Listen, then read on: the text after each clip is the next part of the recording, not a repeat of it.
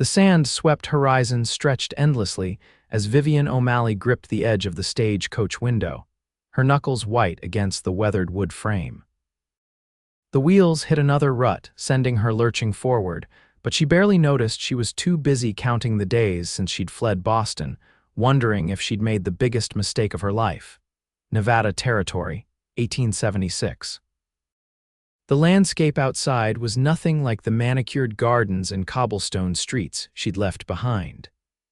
Dust clouds billowed around the coach as it rumbled toward Elko, a mining town nestled in the northeastern corner of the territory.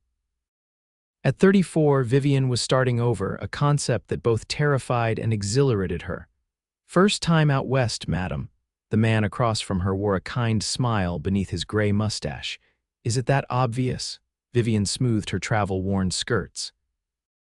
"Most newcomers have that same look, half wonder, half terror," he chuckled.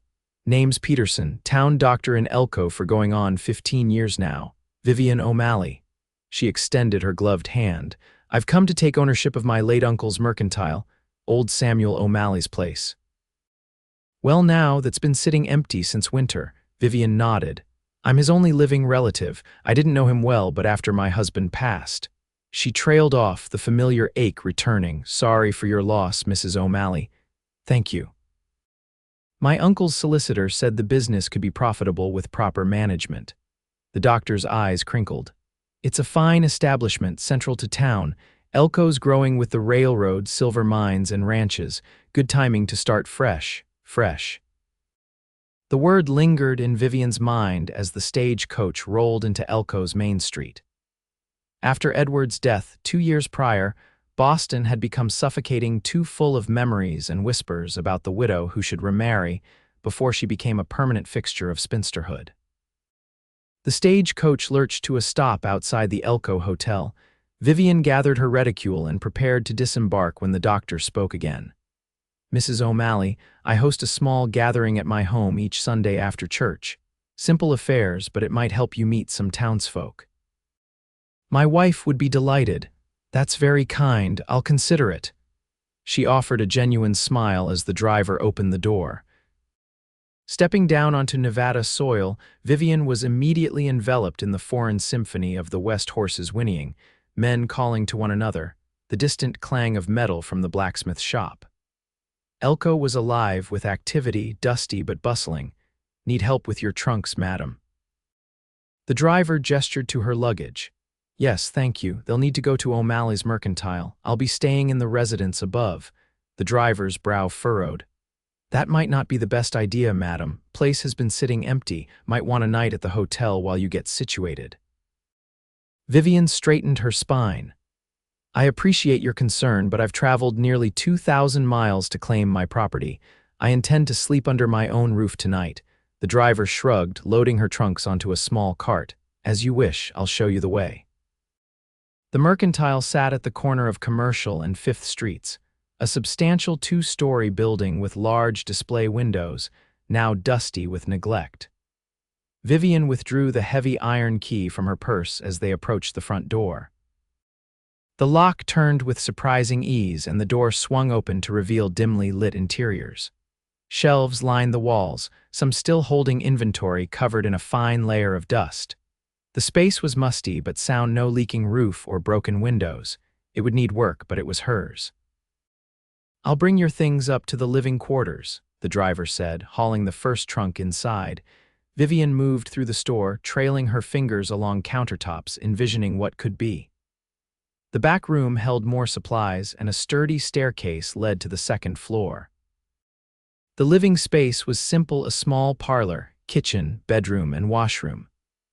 Modest compared to her Boston home, but practical. After paying the driver, Vivian stood alone in the quiet store. The enormity of her decision washed over her. She was truly alone in a strange town, with only her savings and determination to sustain her. "One step at a time," she murmured to herself, removing her bonnet and gloves. The first order of business was cleaning. She found a broom in a back closet and began sweeping, starting with the living quarters. Hours passed as she scrubbed floors, dusted shelves, and aired out rooms. By sunset, she'd made the bedroom habitable enough for the night, Exhausted but hungry, Vivian realized she had no food. The mercantile's inventory was either depleted or spoiled. She would need to venture out. Redonning her bonnet, she stepped into the early evening. The main street was still lively, with saloon doors swinging and miners trudging to and from their shifts. She felt conspicuous, a well-dressed woman alone, but squared her shoulders and headed toward a building with a sign reading Elko Cafe. The establishment was modest but clean. Several patrons glanced up as she entered, their gazes lingering longer than propriety allowed. Vivian chose a small table near the window and waited, back straight, eyes forward. A young woman with an apron approached. "Evening, madam. Don't believe I've seen you before." "I arrived today. I'm Vivian O'Malley, Samuel O'Malley's niece. I've come to reopen the mercantile." Recognition dawned on the waitress's face. "Oh, well, welcome to Elko. I'm Mary. What can I get you?" "Whatever is simplest. I'm afraid I'm quite famished after the journey." Mary nodded sympathetically. "Cook makes a fine stew. I'll bring you that and some bread." As Mary walked away, Vivian felt eyes on her again. She turned slightly to find a man at the counter watching her. He was tall, even-seated, with broad shoulders beneath a worn leather vest. His face was partially shadowed by a wide-brimmed hat, but she could make out a strong jawline dusted with stubble. When their eyes met, he nodded respectfully before turning back to his meal. Mary returned with a steaming bowl and a basket of bread. "Here you are, Mrs. O'Malley." "Anything else you need?" "This is perfect, thank you." The stew was hearty and flavorful, the bread freshly baked. Vivian hadn't realized just how hungry she was until the first bite crossed her lips. As she ate, she mentally cataloged all she needed to do, inventory what remained in the store. Order new stock, clean the sales floor, announce the reopening. Find suppliers, learn the business. The list was daunting. Lost in thought, she didn't notice the man from the counter approaching until he stood beside her table, hat in hand. "Pardon me, madam. Heard you mention you're taking over O'Malley's place." Vivian looked up into the clearest blue eyes she'd ever seen, set in a sun-weathered face that had seen perhaps 30 years of life. His hair was dark blonde, cut short but unruly. "Yes, that's correct." She set down her spoon, instinctively wary. "Name's Jake Sullivan. I run deliveries between here and the outlying ranches. Your uncle and I had an arrangement I'd bring in fresh produce and meat from the ranches, he'd sell it and split the profit." Vivian regarded him carefully. "I see. And you wish to continue this arrangement?" Jake nodded, twisting his hat in his hands. "If you're amenable, folks around here count on having a place to sell their goods, and the town needs its supplies." There was something earnest in his manner that put Vivian at ease. "I'll need to assess the store's situation before making any commitments, Mr. Sullivan, but I would welcome a discussion once I've settled." A smile broke across his face, transforming his features from merely handsome to striking. "That's fair. I make my rounds every Thursday. Could stop by tomorrow afternoon if that suits." Tomorrow afternoon would be fine. Vivian found herself returning his smile. "Much obliged, Mrs. O'Malley." He placed his hat back on his head. "If you need anything before then, most folks know where to find me. Welcome to Elko." With that, he turned and left, nodding to Mary on his way out. Vivian watched him go, noting the confident stride and straight posture. Mary appeared at her elbow. "Jake's good people. His family's ranch is north of town, but he keeps rooms above the livery for when he's doing his routes." "I appreciate knowing that." Vivian returned to her meal, pondering this first potential business connection. After finishing and paying, Vivian made her way back to the mercantile. The streets were darker now, lit sporadically by lanterns from storefronts. She quickened her pace, relieved when she reached her door. Inside, she lit several lamps and continued her cleaning efforts for another hour before exhaustion overtook her. Her trunks remained mostly unpacked, but she extracted a nightgown and toiletries before collapsing onto the freshly made bed. As sleep claimed her, Vivian's last conscious thought was that, for all its foreignness, Elko already felt more like a beginning than an ending.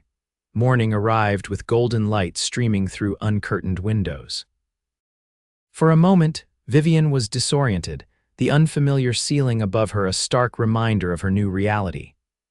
She rose, washed quickly with water from the pitcher, and dressed in a practical blue calico, one of her plainer gowns that wouldn't show dust. Breakfast was coffee brewed on the small stove and the last of some travel biscuits from her journey. Simple but sufficient. Today's task was clear: assess the store and determine what remained usable. The main floor of the mercantile was spacious, with counters running along both walls and shelving units creating aisles in between. A large pot-bellied stove dominated the center, currently cold but essential for winter months.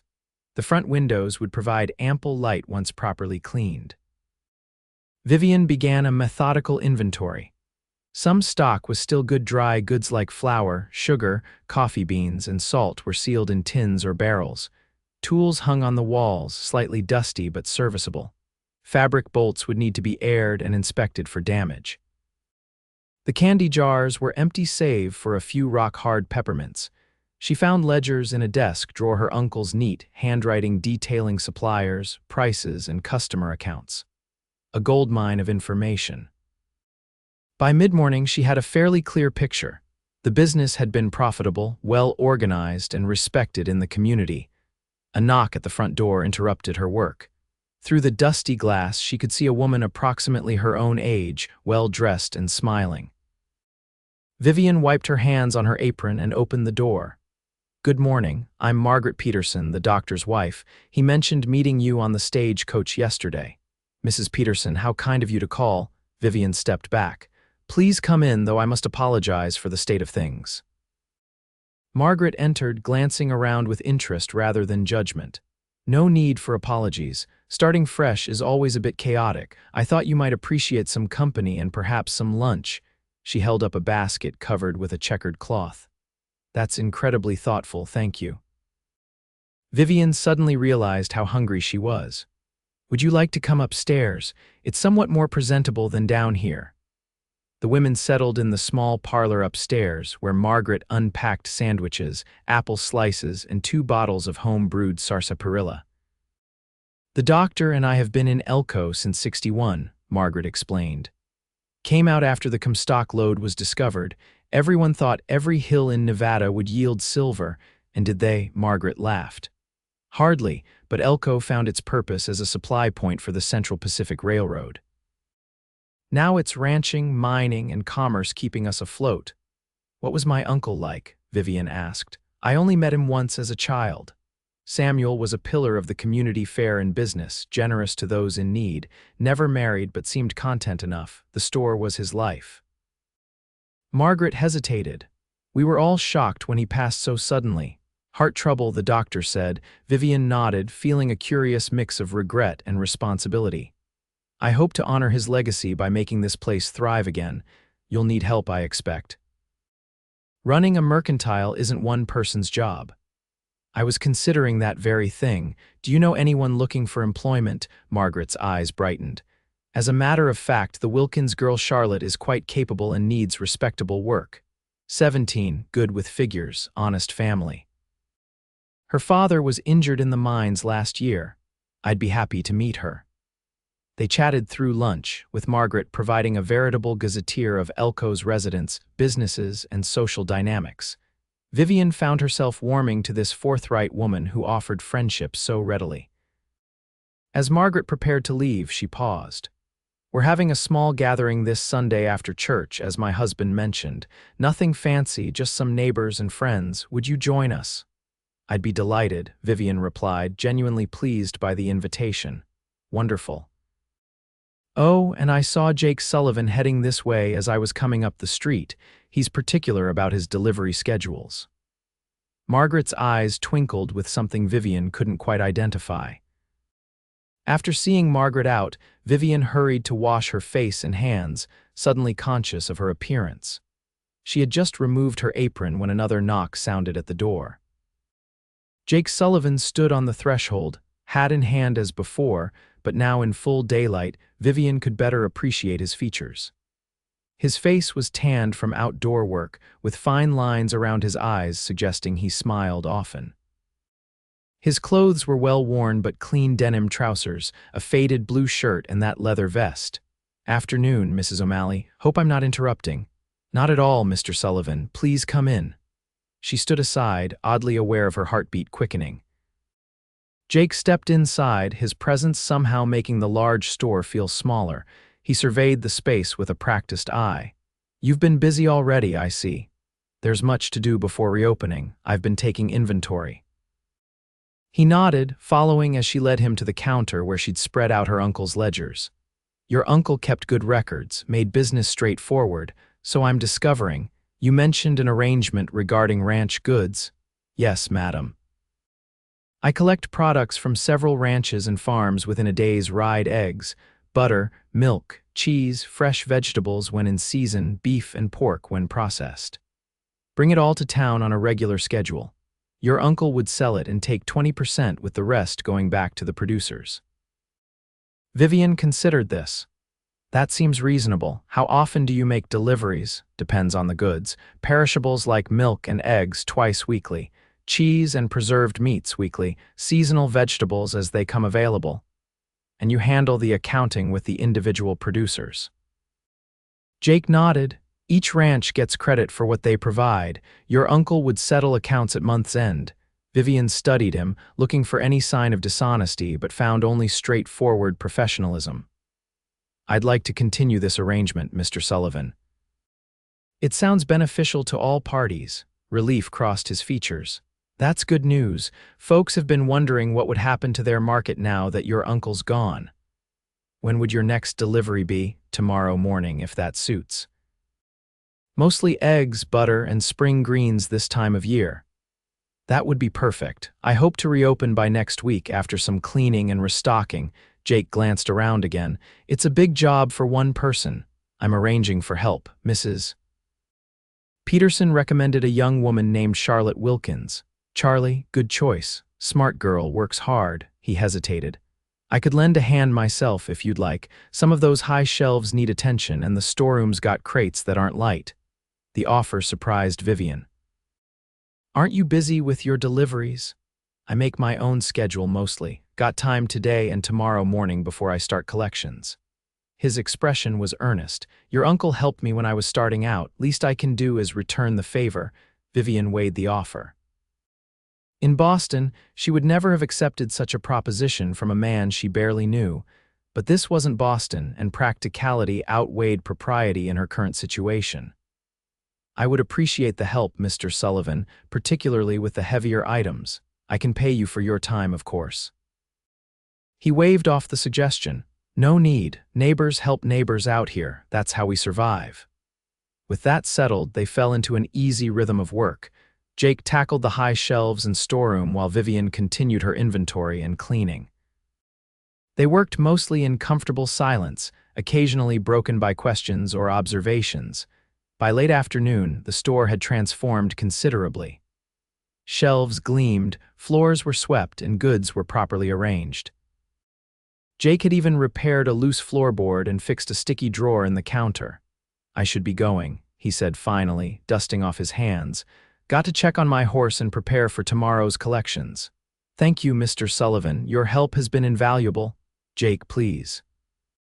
Nobody calls me Mr. Sullivan except the bank manager, Vivian smiled. Then you must call me Vivian. Mrs. O'Malley makes me feel like my mother-in-law. A grin spread across his face. Vivian it is, then. They stood for a moment, an unexpected current of awareness passing between them. Jake broke the silence first. I'll be by early tomorrow with those deliveries, around 7 if that's not too early. 7 is fine, I've always been an early riser. He settled his hat back on his head. Good evening then, Vivian. Good evening, Jake. After he left, Vivian found herself standing motionless, processing the strange warmth that had bloomed in her chest during their interaction. It had been so long since she'd felt anything like attraction that she barely recognized it. Don't be ridiculous, she muttered to herself, returning to her tasks with renewed vigor. She had a business to revive and a life to rebuild. Romantic notions had no place in her plans. The next few days passed in a whirlwind of activity. True to his word, Jake arrived at 7 the next morning with a wagon of fresh goods.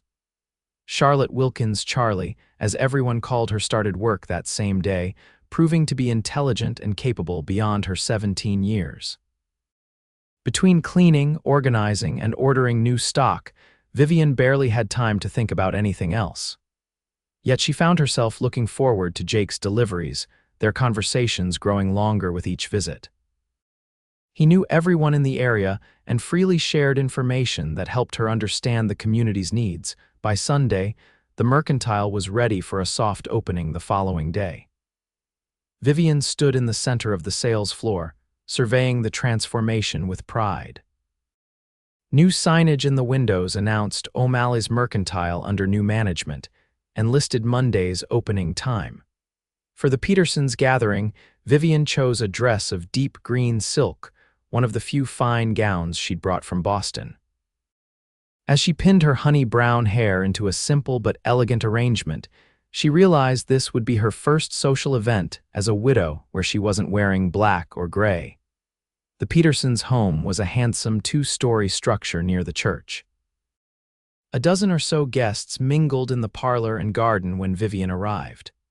Margaret welcomed her warmly, introducing her to prominent citizens, the bank manager and his wife, the schoolteacher, the newspaper editor. Vivian was discussing potential advertising with the editor when she noticed Jake enter the garden. He was transformed from his usual working attire, wearing a clean white shirt, dark vest, and pressed trousers. His hair was neatly combed, though a rebellious lock still fell across his forehead. Their eyes met across the gathering, and he smiled, a genuine expression that reached his eyes. Vivian returned the smile, excusing herself from her conversation to meet him halfway across the garden. "I didn't expect to see you here," she said by way of greeting. "The dock treats everyone, miners to ranchers, makes no distinction." Jake's gaze swept appreciatively over her appearance. "You look lovely, Vivian. Green suits you." The compliment brought unexpected color to her cheeks. "Thank you. You clean up rather well yourself, Jake." "Don't get much call for Sunday best on the ranch, but I can manage when needed." He gestured toward a bench beneath a flowering apple tree. "Would you like to sit for a spell? I'd enjoy catching up without crates between us." They settled on the bench, slightly apart from the main gathering. Jake asked about her preparations for opening day, and Vivian found herself sharing not just business details, but her hopes for the store's future. "I want it to be more than just a place to buy necessities," she explained. "A community center of sorts where people can gather, exchange news, feel welcome." "Your uncle would have liked that idea," Jake said. "He was always saying a mercantile was the heart of a town." "Were you close to him?" Jake nodded, his expression softening with memory. "He gave me my start when I was just 20. My father had passed, leaving the ranch to my older brother. I wanted to make my own way, so I started the delivery service. Your uncle was my first steady client, took a chance on a young man with just a wagon and determination." "He sounds like he was a good judge of character." Jake's eyes met hers, something unspoken passing between them. "I like to think so." The moment stretched, comfortable yet charged, until Dr. Peterson called for everyone's attention to announce dinner was served. The gathering moved inside, where tables had been arranged to accommodate all the guests. Throughout the meal, Vivian found her gaze repeatedly drawn to Jake, seated across and down from her. He was engaged in conversation with the schoolteacher, Miss Caldwell, a pretty young woman perhaps in her mid-20s. Vivian felt an unexpected twinge of what? Not jealousy, surely. She barely knew the man. After dinner, guests dispersed throughout the house and garden again, forming smaller conversation groups. Vivian was admiring Margaret's rose bushes when Jake appeared beside her. "Walk with me?" he asked simply, offering his arm. Vivian hesitated only briefly before placing her hand on his sleeve. They strolled the perimeter of the garden, the afternoon sun casting long shadows across the grass. "I've been meaning to ask," Jake said after a comfortable silence. "What brought you all the way from Boston?" "It's a long journey for a business you'd never seen." Vivian considered her answer carefully.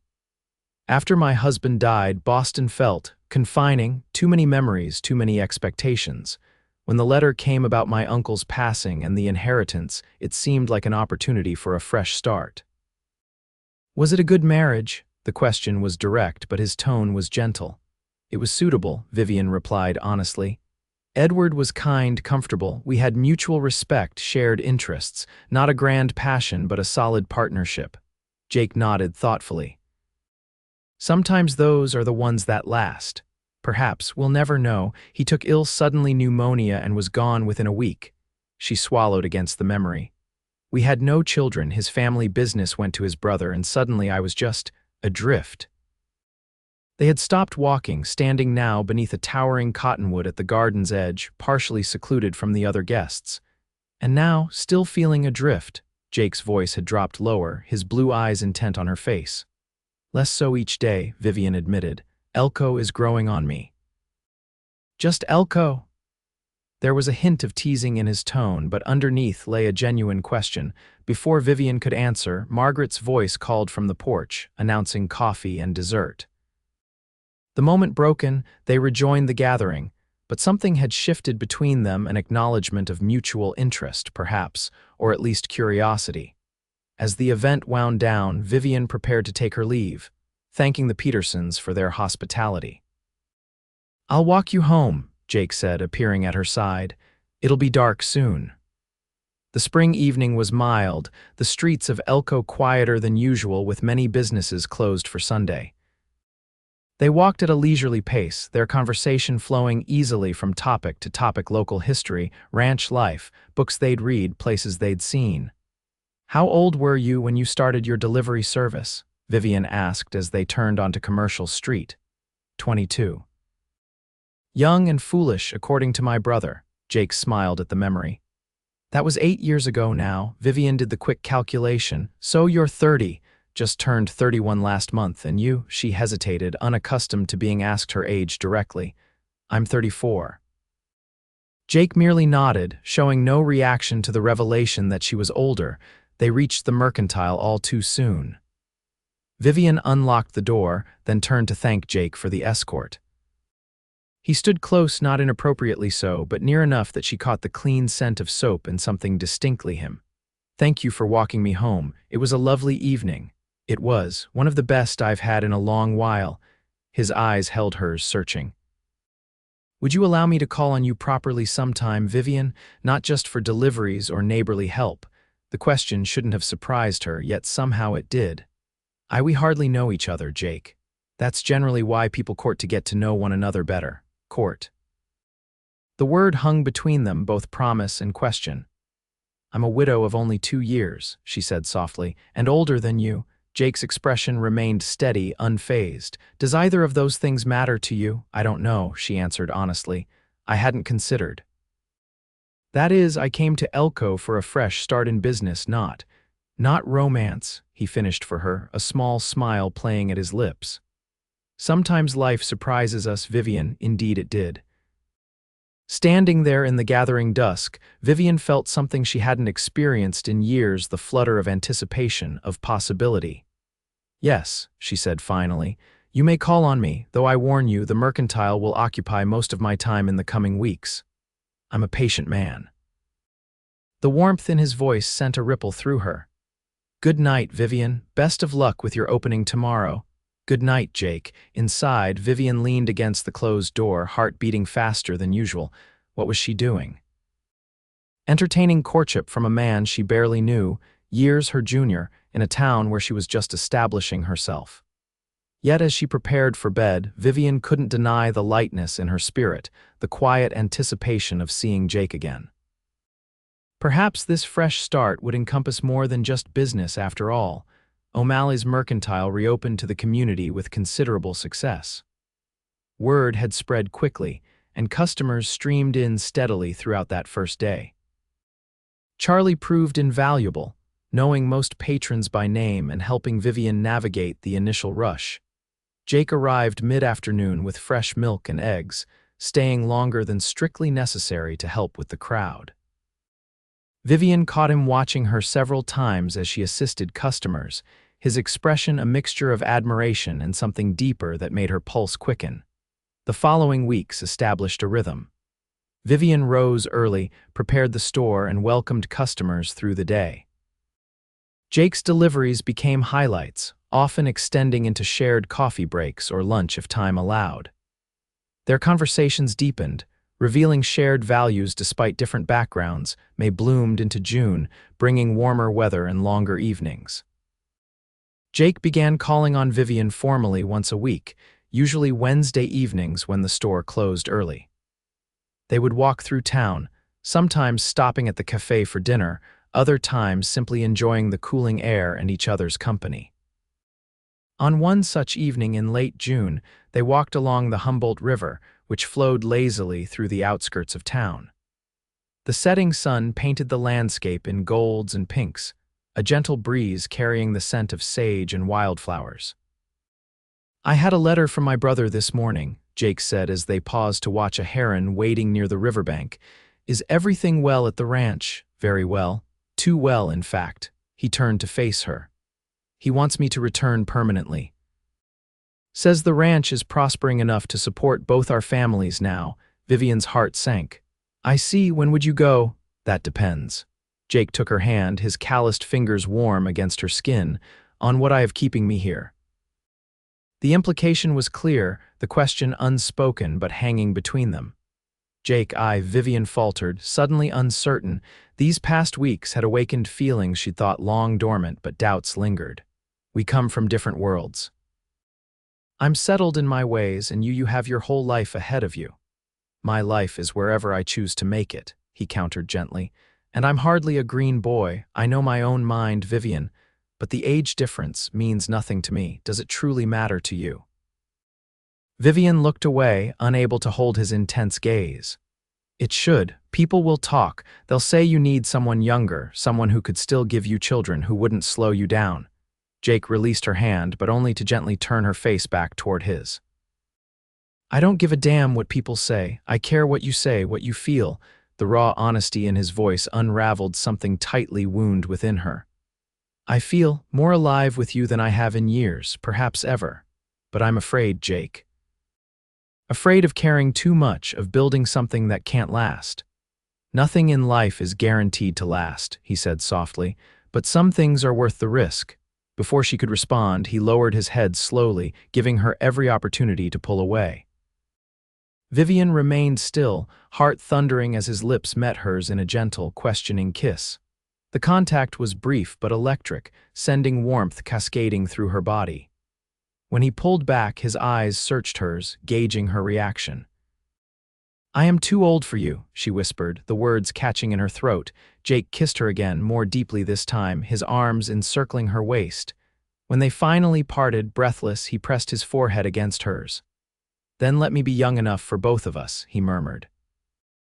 The words unlocked something within Vivian, permission to want, to feel, to embrace this unexpected chance at happiness. She found herself smiling, tears pricking at her eyes.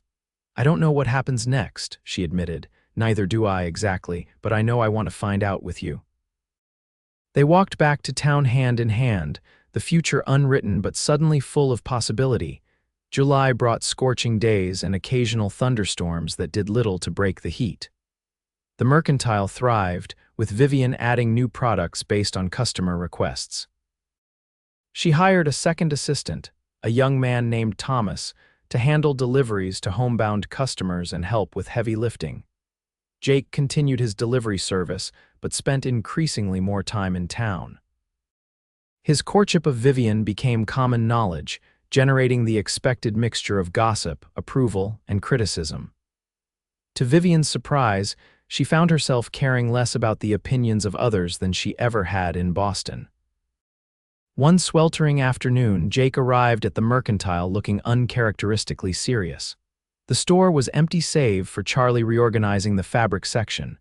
"Could we speak privately?" he asked, his voice low. Concern fluttered in Vivian's chest. "Of course." "Charlie, would you mind watching the front for a few minutes?" Upstairs in her small parlor, Vivian waited anxiously as Jake paced the limited space, clearly gathering his thoughts. "Is something wrong?" she finally asked.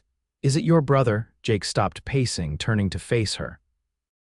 "No, nothing like that. I've made a decision about the ranch offer, and I wanted you to be the first to know." Vivian braced herself, unsure what to hope for. "I've told James I'm staying in Elko. My delivery business is doing well, and I've saved enough to buy land of my own if I choose." He stepped closer. But more importantly, you're here, and where you are is where I want to be. Relief and joy surged through her, but caution tempered her response. Jake, I don't want you to regret passing up an opportunity because of me. I'm not. I'm making the choice that brings me happiness. He took her hands in his. These past 2 months have been the best of my life, Vivian. I know what I want. The certainty in his voice, the steadiness of his gaze dissolved her remaining doubts. As do I, she whispered.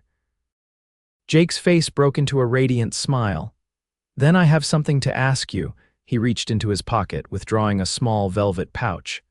I know this might seem fast, but out here, when something's right, there's no sense in waiting. Vivian's breath caught as he opened the pouch, revealing a delicate gold ring with a single pearl surrounded by tiny diamonds. This was my mother's, Jake explained. She left it to me before she passed, said to give it to the woman who captured my heart as completely as she captured my father's. He knelt before her, the simple gesture somehow more meaningful than any grand romantic gesture could have been. Vivian O'Malley, would you do me the honor of becoming my wife? I promise to cherish you, stand by you, and build a life with you for as many years as were granted. Tears blurred Vivian's vision. Just months ago, she had arrived in Elko broken and alone, seeking merely to survive. Now she was being offered a chance not just to live, but to thrive, to love and be loved.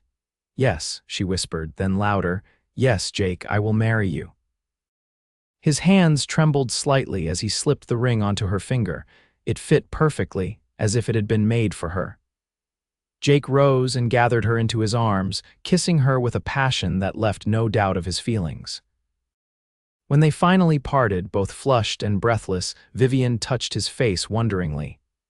Are you certain, truly certain? Jake covered her hand with his own. More certain than I've ever been about anything. Their engagement announcement generated even more talk throughout Elko, but the couple faced it with unified resolve.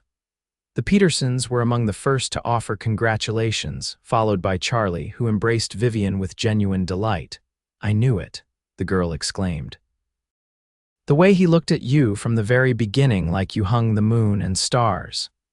The weeks that followed were filled with preparations, both for the wedding and for their future together. They decided Jake would move into the spacious apartment above the mercantile, which was proving more than adequate for 2 people. He would continue his delivery service, expanding it as Elko grew, while Vivian managed the store. As August approached, they set their wedding date for the first Saturday in September. The ceremony would be small, held in the town church with a reception in the Petersons' garden. One evening, as they sat on the porch behind the mercantile watching lightning flicker in distant clouds, Jake broached a subject they had yet to discuss fully.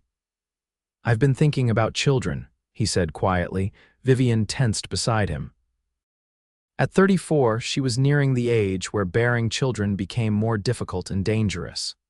It was one of the concerns that had initially made her hesitate about their relationship. Jake, I don't know if I can. I know, he interrupted gently. And I want you to know that it doesn't change anything for me. If we're blessed with children, I'll be overjoyed. If not, I'll still count myself the luckiest man alive to have you as my wife. The simple acceptance in his words brought tears to Vivian's eyes. You might feel differently years from now. Jake took her hand, pressing a kiss to her knuckles. I won't.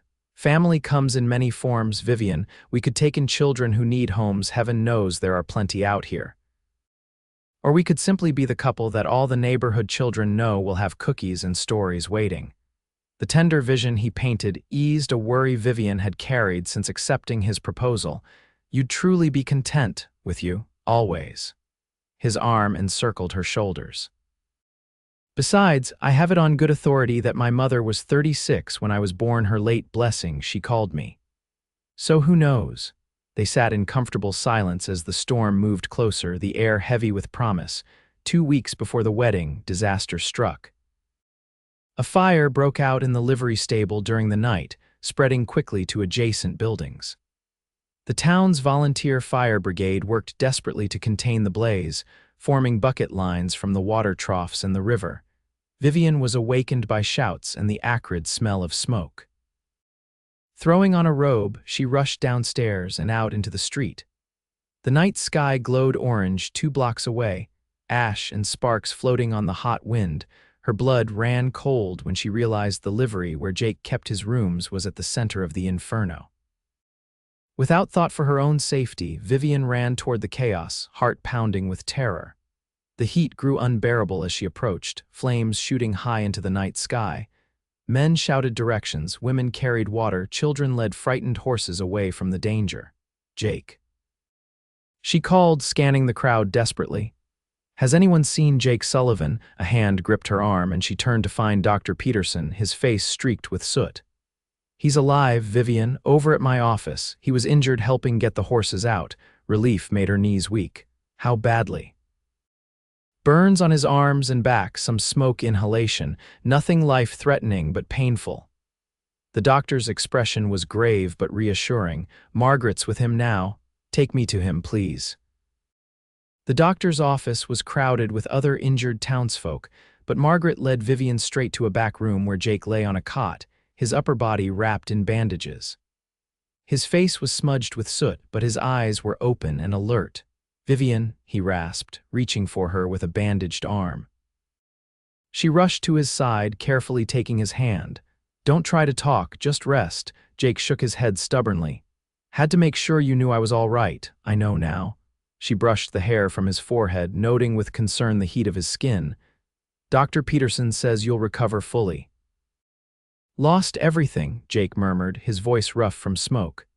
"My rooms, the wagon, supplies. None of that matters. We have each other, the store, our future." Vivian squeezed his hand gently. "Everything else can be replaced." A weak smile crossed his face. "Even my wedding clothes." "Especially those." She returned his smile, fighting back tears of relief.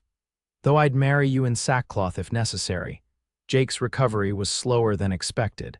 The burns became infected, leading to fever that left him weak and confined to bed for days. The wedding date arrived with the groom still unable to stand for more than a few minutes at a time. Reluctantly, they postponed the ceremony, though Jake insisted they would be married before the first snow fell.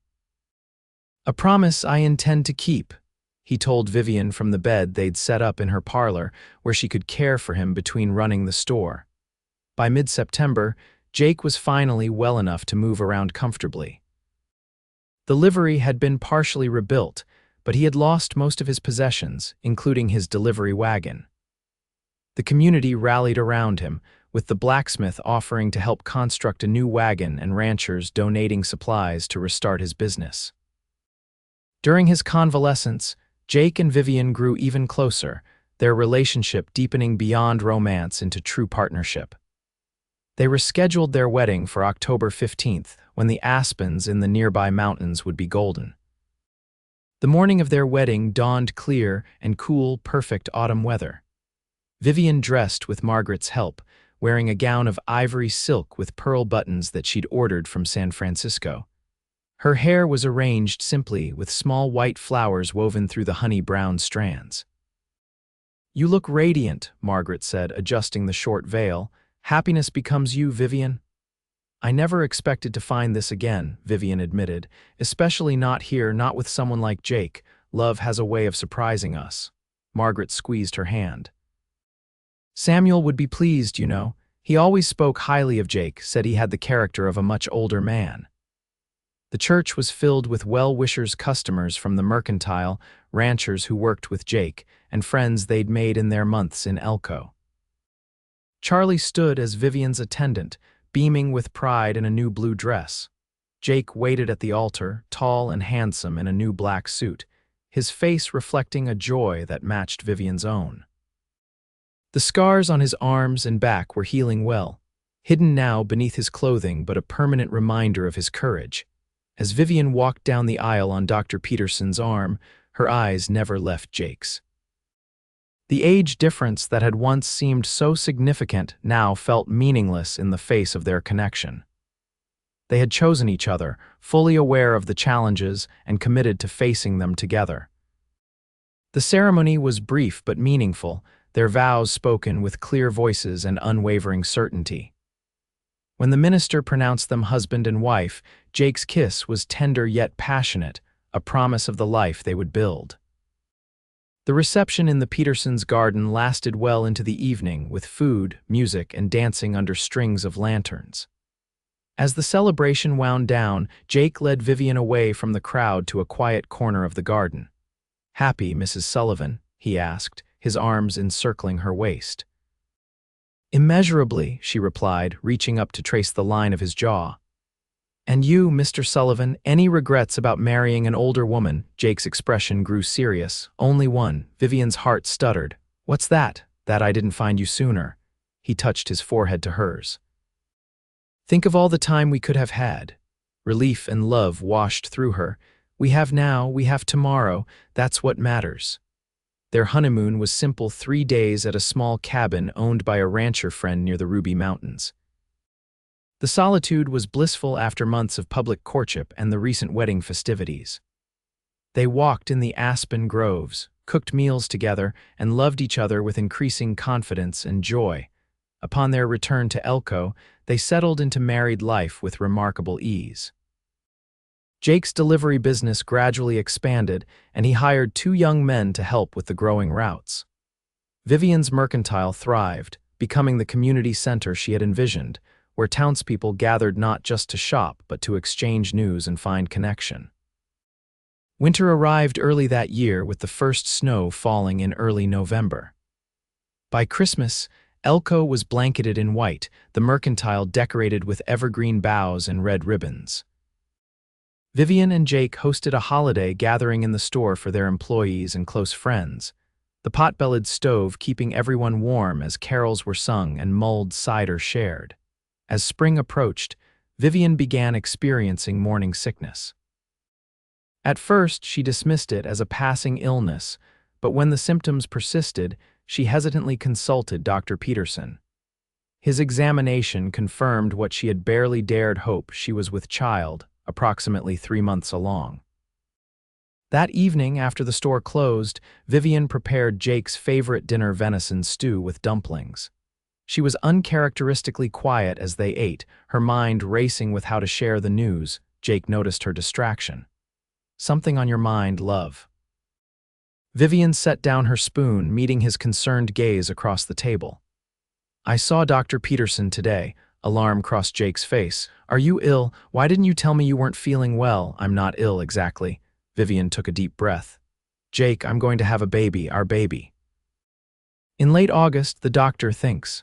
For a moment, Jake sat perfectly still, his expression blank with shock. Then a smile broke across his face, so radiant it was almost blinding. "A baby," he whispered, as if speaking too loudly might shatter the miracle. "You're certain?" Vivian nodded, her own smile growing. "The doctor is quite sure. I'm 35, Jake. It might not be an easy pregnancy," but Jake was already out of his chair, kneeling beside her, his hands cradling her face. "We'll take every precaution, whatever you need, whatever Dr. Peterson advises." His eyes shone with unshed tears. "A baby, Vivian, our child." The wonder in his voice dissolved any lingering fears. "Our child," she repeated, covering his hands with her own. The pregnancy progressed well, though Dr. Peterson insisted Vivian reduce her hours at the store as summer approached. Charlie took on more responsibility, proving herself more than capable of managing day-to-day operations under Vivian's guidance. Jake became even more protective, checking on Vivian frequently throughout the day and insisting she rest regularly. His tenderness touched her deeply, though she occasionally had to remind him she wasn't made of porcelain. By August, Vivian felt enormous, the Nevada heat making her uncomfortable despite the mercantile's relatively cool interiors. She was arranging new inventory one afternoon when the first contraction hit a sharp pain that took her breath away. Charlie noticed immediately. "Mrs. Sullivan, are you all right?" "I think the baby's coming," Vivian managed through gritted teeth. "Can you send someone for Dr. Peterson and for Jake?" The next hours were a blur of pain and effort. Jake arrived within minutes, his face pale with concern but his voice steady as he helped Vivian upstairs. Margaret Peterson came shortly after, bringing clean linens and experienced assistants. Labor was long and difficult, stretching through the night into the early hours of the following day. Jake never left Vivian's side, holding her hand, wiping her brow, murmuring encouragement through each contraction. As dawn broke over Elko, their son entered the world with a robust cry, his tiny fists clenched as if ready to take on life immediately. Dr. Peterson cleaned and swaddled the infant before placing him in Vivian's arms. "He's perfect," Jake whispered, perched on the edge of the bed, one arm around Vivian's shoulders. Strong, like his mother, Vivian gazed down at their child, overcome with love so intense it brought tears to her eyes. "What shall we call him?" Jake considered the small face, already showing signs of his own features in the shape of the nose and chin. "What about Samuel, after your uncle who brought us together in a way?" "Samuel James Sullivan," Vivian suggested. "After your brother too, to honor both our families." Jake's smile was answer enough. He leaned down to kiss her forehead, then their son's. "Welcome to the world, Samuel James. You're already more loved than you can possibly know." The years that followed brought both challenges and joys. The mercantile continued to prosper, expanding to include a second location in a neighboring town, managed by Charlie, who had grown into a confident young woman. Jake's delivery service evolved into a regional freight company, employing several drivers and maintaining a fleet of wagons. Samuel grew into a sturdy, curious boy with his father's blue eyes and his mother's thoughtful nature. He was joined 2 years later by a sister, Margaret Elizabeth, whose arrival was considerably easier than her brother's had been. On the 5th anniversary of their wedding, Jake surprised Vivian with a gift, the deed to a small ranch just outside Elko, with a newly built house overlooking the river. "The apartment above the store has served us well," he explained, "but with 2 children and hopefully more to come, we could use the space." Vivian, now 40, raised an eyebrow at the suggestion of more children, but found herself not entirely opposed to the idea. Their family had been blessed beyond her wildest expectations. The new house became home quickly, filled with the sounds of children's laughter, neighborly gatherings, and the quiet conversations between Jake and Vivian that remained the foundation of their relationship. They maintained the apartment above the store for overnight stays when weather or business made the trip home impractical. Elko itself grew steadily, the railroad bringing new residents and opportunities. Vivian and Jake became respected fixtures in the community, known for their fair business practices and generous support of local causes. The age difference that had once seemed so significant to Vivian was rarely mentioned or even noticed anymore. On a crisp autumn evening 10 years after their wedding, Jake and Vivian sat on the porch of their ranch house, watching Samuel and Margaret play with their youngest sibling, 4-year-old David, in the yard. The aspens on the nearby hillsides had turned golden, reminiscent of their wedding day. "Any regrets?" Jake asked, echoing a question from years past.